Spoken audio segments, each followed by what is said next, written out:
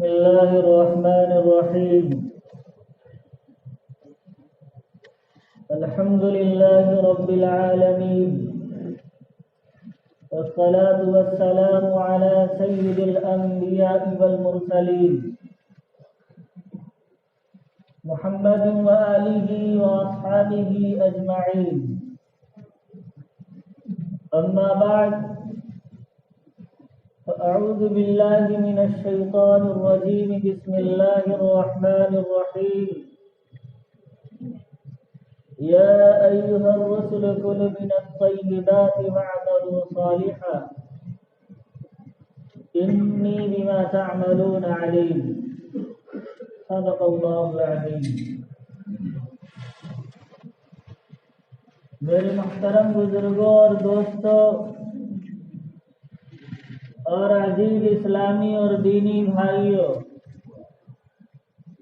آپ حضرات کے سامنے سورہ مومنون کی آیت نمبر 51 تلاوت کی گئی ہے. دعا فرمائے اللہ رب العزت کچھ کارآمد اور مفید باتیں کہنے کی توفیق عطا فرمائے. اللہ رب العزت والجلال نے انبیاء علیہ السلام کے ذریعے امت تک جس طریقہ سے ایمان و توحید، عبادات، آخرت، اخلاقیات، معاشرات وغیرہ کے احکام پہنچائے، اسی طریقہ سے اللہ رب العزت نے انبیاء علیہ الصلاۃ والتسلیم کے ذریعے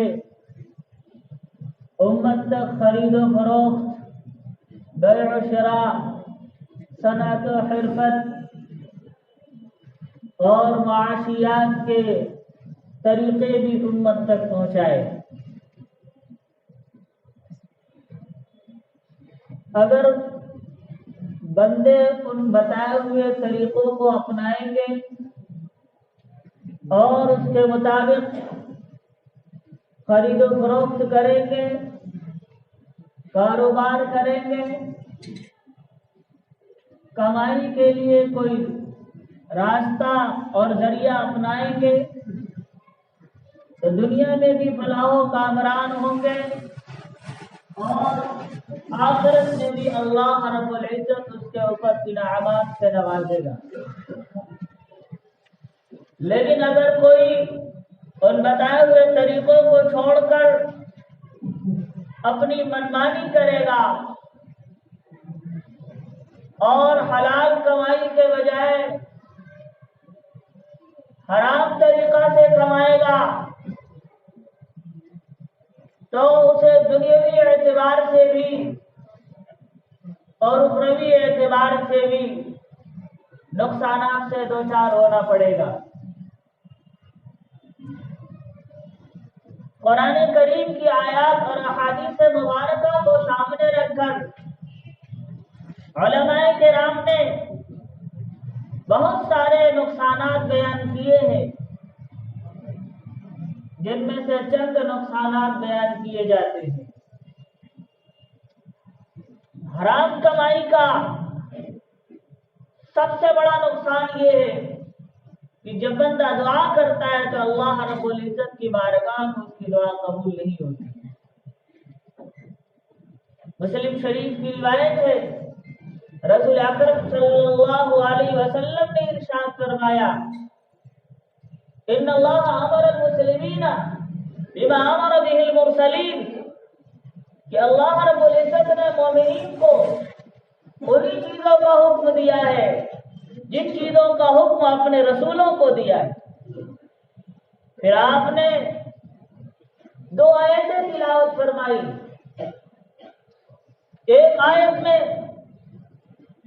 انبیاء علیہ السلام کا تذکرہ ہے اور دوسری روایت میں مومنین کا تذکرہ ہے. اللہ رب العزت کہتا ہے، یا ایھا الرسل کلوا من الطیبات واعملوا صالحا، اے رسولو پاکیزہ اور حلال چیزیں کھاؤ، وَاعْمَلُوا صَالِحًا اور نیک عمل کرو، انی بما تعملون علیم جو تم کرتے ہو میں اس سے باخبر ہوں۔ رسولوں کو حکم دیا گیا کہ پاکیزہ چیزیں کھاؤ، بالکل یہی حکم مومنین کو دیا گیا، یا ایھا الذین آمنوا کلوا من طیبات ما رزقناکم، اے ایمان والو ان پاکیزہ رزق میں سے کھاؤ جو ہم نے تمہیں عطا کیے۔ جو حکم رسولوں کو دیا گیا وہی حکم مومنین کو دیا گیا۔ پھر رسول اکرم صلی اللہ علیہ وسلم نے ایک بندے کا تذکرہ کیا، ثم ذکر الرجل یطیل السفر، پھر آپ نے ایک آدمی کا تذکرہ کیا جو لمبا سفر کر کے آیا ہے، اتنا لمبا سفر ہے کہ پراگندہ حال ہے، پراگندہ بال ہے، جسم غبار آلود ہے، یمد یدیہ الی السماء، وہ اپنے دونوں ہاتھوں کو آسمان کی طرف اٹھا کے دعا کرتا ہے، یا ربی یا ربی یا ربی۔ پھر آپ نے فرمایا کہ وہ آسمان کی طرف ہاتھوں کو اٹھا کے یا رب دعا کرتا ہے، اور اس کا حال یہ ہے مطعم حرام، مشرب حرام، ملبس حرام، اس کا کھانا حرام، اس کا پینا حرام، اس کا پہننا حرام، حرام کھانے کی وجہ سے، حرام پینے کی وجہ سے، حرام پہننے کی وجہ سے، پھر اس کی دعا کہاں قبول ہوگی؟ حرام کمائی کھانے کا سب سے پہلا نقصان یہ ہے کہ آدمی کی دعا قبول نہیں ہوتی۔ دوسرا نقصان یہ ہے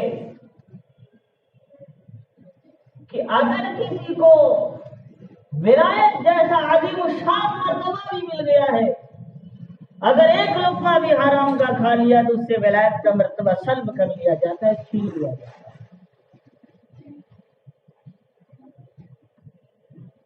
ابراہیم ادہم رحمۃ اللہ علیہ فرماتے ہیں کہ میں ایک مرتبہ مسجد اقصی میں تھا، عشاء کی نماز ہوئی، عشاء کی نماز سے فارغ ہونے کے بعد جب سب لوگ اپنے اپنے گھروں کو چلے گئے اور رات کا ایک حصہ گزر گیا تو میں نے دیکھا کہ مسجد اقصی کے محراب کے پاس دو فرشتے اترے، اور دو فرشتوں میں سے ایک دوسرے سے کہتا ہے کہ مجھے یہاں سے انسان کی خوشبو آ رہی ہے۔ دوسرے نے کہا ہاں یہاں ابراہیم ادہم ہے۔ تو پہلے نے پوچھا یہ بلخ والے ابراہیم ادہم کہاں؟ وہی ابراہیم ہے۔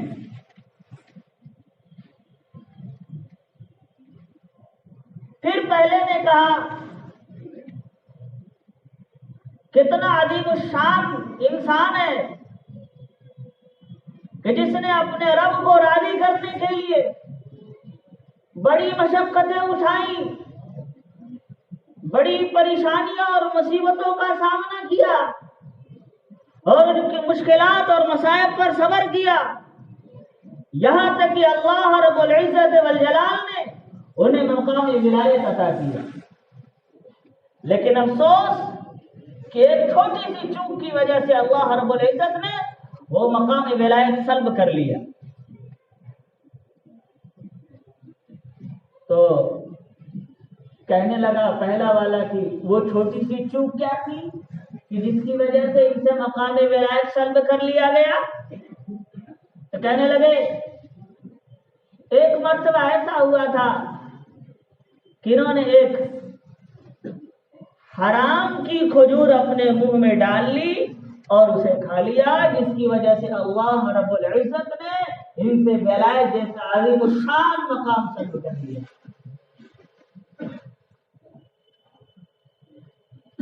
ابراہیم بن ادہم رحمۃ اللہ علیہ دروازے کی اور سے سب کچھ سن رہے تھے،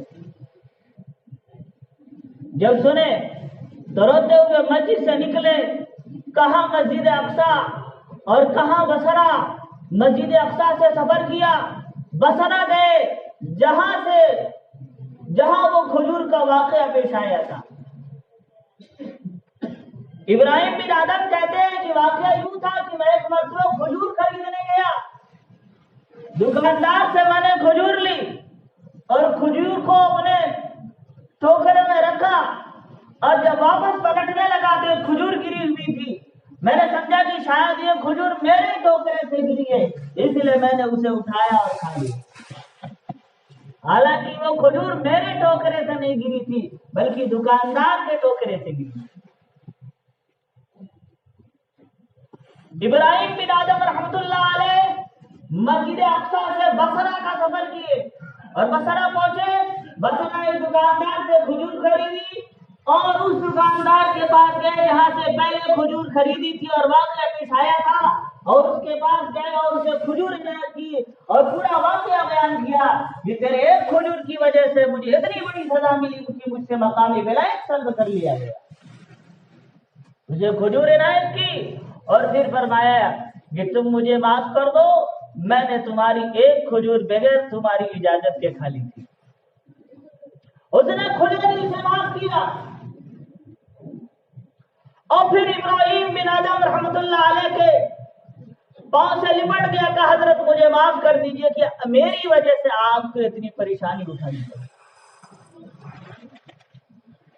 مختصر یہ ہے کہ ابراہیم بن آدم رحمۃ اللہ علیہ وہاں سے نکلے اور پھر مسجد اقصیٰ، اور مسجد اقصیٰ میں عشاء کی نماز پڑھی۔ عشاء کی نماز کے بعد آرام کر رہے تھے، رات کا کافی حصہ گزر چکا تھا، دیکھا پھر دو فرشتے اسی محراب کے پاس اترے، اور میں سے ایک نے کہا ایسا لگتا ہے کہ یہاں کوئی انسان ہے، مجھے انسان کی خوشبو آ رہی ہے۔ تو دوسرے نے کہا ابراہیم بن آدم رحمۃ اللہ علیہ۔ کہا ہاں ابراہیم بن آدم بتاؤ بہت اللہ رب العزت کے ہاں پہنچے ہوئے انسان ہیں، اللہ رب العزت نے انہیں مقامی ولایت عطا کیا تھا، اور پھر ایک چھوٹی سی غلطی کی وجہ سے اللہ رب العزت نے ان سے مقامی ولایت سلب کر لیا تھا، لیکن اب انہوں نے غلطی کی تلافی کر لی ہے، اللہ رب العزت نے انہیں دوبارہ مقامی ولایت عطا کی۔ ذرا سوچئے کہ ایک کھجور کی وجہ سے اللہ رب العزت نے اتنی بڑی سزا دی کہ ان سے مقام ولایت سلب کر لیا، اور ہمارا عمل کیا ہے؟ کتنوں کے حق دبا کے رکھے ہوئے، مار کے رکھے ہوئے، غصب کر کے رکھے ہوئے، کوئی بھی گھر میں ایک لمحہ سوچنے کے لیے تیار نہیں ہے۔ کتنے بھائی ہیں بہنوں کا حق مار کے رکھے ہوئے ہیں، کتنے ہیں دوسروں کی زمینیں ہڑپ کر کے رکھے ہوئے ہیں، دوسروں کا مال کھا کے رکھے ہوئے ہیں۔ ایک لمحہ کے لیے نہیں سوچتے کہ ہمیں ایک دن مرنا ہے، اللہ رب العزت کے سامنے کھڑے ہو کر پائی پائی کا حساب دینا ہے، ایک لمحہ کے لیے نہیں سوچتے۔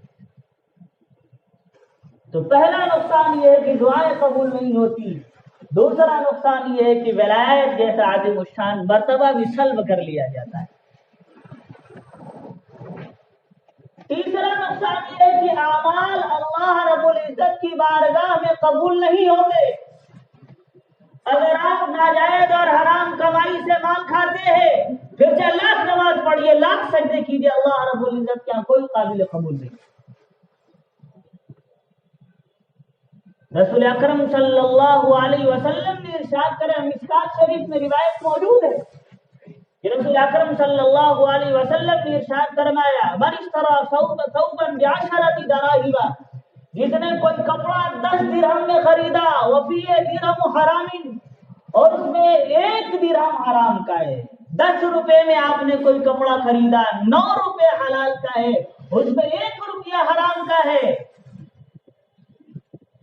تو رسول اکرم صلی اللہ علیہ وسلم نے ارشاد فرمایا، لم يقبل اللہ له صلاة ما دام علیہ، جب تک وہ کپڑا اس کے جسم پہ رہے گا اللہ رب العزت اس کی کوئی نماز قبول نہیں کرے۔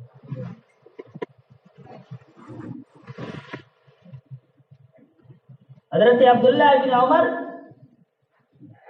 اس کے راوی ہے، اور جب انہوں نے یہ حدیث بیان کی تو حدیث بیان کرنے کے بعد انہوں نے اپنی دونوں انگلیاں کان میں ڈال لی اور فرمایا، کہ اگر میں نے یہ حدیث رسول اکرم صلی اللہ علیہ وسلم سے نہیں سنی ہے تو میرے دونوں کان بہرے ہوئے۔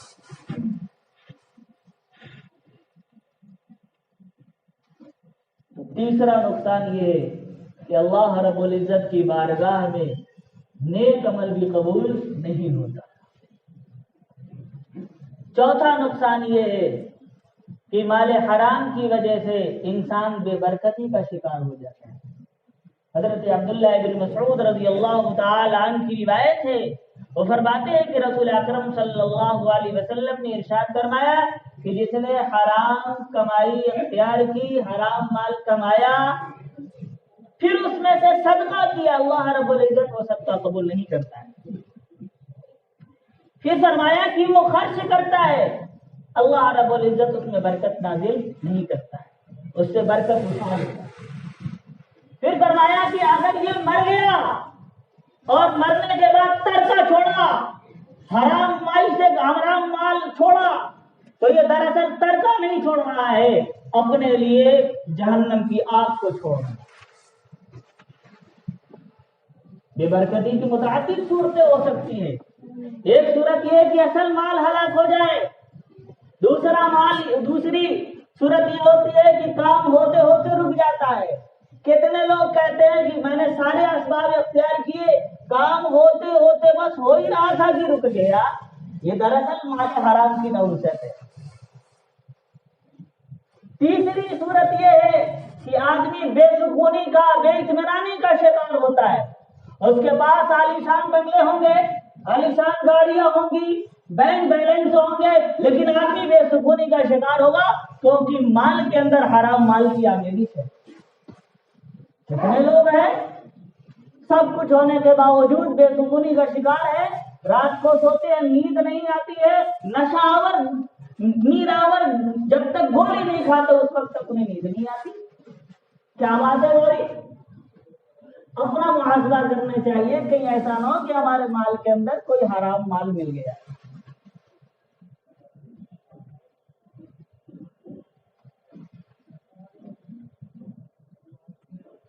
اور پانچواں نقصان یہ ہے کہ جب آدمی حرام مال کھاتا ہے تو دل کے اندر گناہ کا جذبہ اور داعیہ پیدا ہوتا ہے۔ حضرت مولانا اشرف علی تھانوی رحمۃ اللہ علیہ نے اپنے استاد مولانا یعقوب نانوتوی رحمۃ اللہ علیہ کا واقعہ لکھا ہے کہ ایک مرتبہ ان کے پاس کسی رئیس امیر کے ہاں سے لڈو آیا اور انہوں نے ایک لڈو کھا لیا، جس کا اثر یہ ہوا، خود فرماتے کہ ایک مہینے تک میرے دل کے اندر یہ جذبہ آتا رہا کہ کوئی حسین و جمیل لڑکی سے ملوں اور میں زنا کروں۔ صرف ایک مشتبہ لڈو کھانے کی وجہ سے یہ عالم ہے کہ دل کے اندر زنا کا جذبہ پیدا ہو رہا ہے۔ کہتے مہینوں تک میں اللہ رب العزت کی بارگاہ میں توبہ کرتا نا، پھر یہ کیفیت ہوتی ہے۔ چھٹا نقصان یہ ہے کہ آدمی جہنم کا مستحق بن جاتا ہے۔ حضرت ابوبکر صدیق رضی اللہ تعالی عنہ کا غلام تھا، اس نے کھانا پیش کیا حضرت ابوبکر صدیق رضی اللہ تعالی عنہ کی خدمت میں، انہوں نے اس کا ایک لقمہ کھایا اور اس کے بعد وہ غلام سے پوچھا کہ یہ تو نے کھانا کہاں سے حاصل کیا، تجھے کیسے حاصل ہوا؟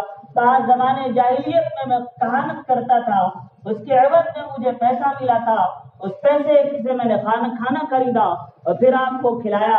کہا تیری کمائی حرام تھی، جو کھانا آیا یہ بھی حرام تھا، میرے جسم کے اندر وہ حرام کا لقمہ گیا۔